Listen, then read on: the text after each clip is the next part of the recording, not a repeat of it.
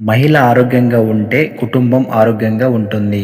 వ్యాయామం అంటే జిమ్‌లో చెమటోడ్చడం మాత్రమే కాదు. మన శరీరాన్ని చురుగ్గా ఉంచుకోవడం. ఇందుకు పాతకాల ఇంటి పనుల్లో దాగి ఉన్న సైన్స్‌ను అర్థం చేసుకుంటే ఆరోగ్యం మన చేతుల్లోనే ఉంటుంది. అందుకే ఇప్పుడవి యోగా మ్యాట్స్ పైన, జిమ్ ఫ్లోర్ పైన, డాన్స్ స్టేజ్ పైన కొత్త రూపంలో కనిపిస్తున్నాయి.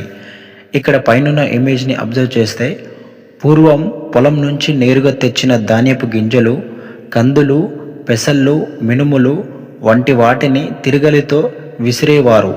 వాటిని పప్పులుగా, పిండిగా మార్చేవారు.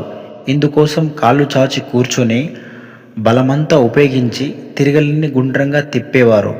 దీన్నే చెక్కీ శిలాశాసనం అని పిలుస్తున్నాము.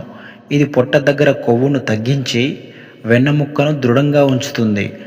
అదే పిండి రుబ్బడానికి బదులుగా కోర్ రొటేషన్ లేక ఆబ్లిక్ ట్విస్ట్ వంటి వాటిని ఎంచుకుంటున్నాము. ఈ పని నడుము చుట్టూ ఉన్న కొవ్వుని కరిగిస్తుంది. వెన్నెముక ఫ్లెక్సిబిలిటీని పెంచుతుంది.